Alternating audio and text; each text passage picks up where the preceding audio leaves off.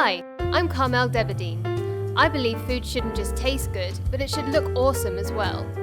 Join me as I bring my kitchen to yours. This is the DB Kitchen. Christmas dinner definitely requires gravy and a chutney. For the gravy we're going to use our goose spine, and for the chutney we're going with tamarind for a lovely zingy Asian vibe. Let's start with our gravy first, as that needs a few hours to really flavour up. Into a large soup pot or a pressure cooker, toss in your veggies, the trimmings and spine from your bird, top with some miso, water and Szechuan pepper. Bring it to a boil, skimming off any scuzzy bits, and then gently simmer away. Gravy has always been a pressure point for me, but I can guarantee you this one does work. Apologies in advance to the vegans out there, but the key to great gravy is flavour, all that meat and fat.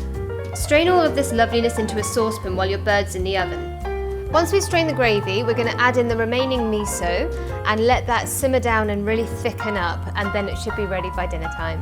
Before serving, strain one last time and add a knob of butter. If you struggle to get the thickness, add in 1 teaspoon each of cornstarch mixed with water for a simple thickener.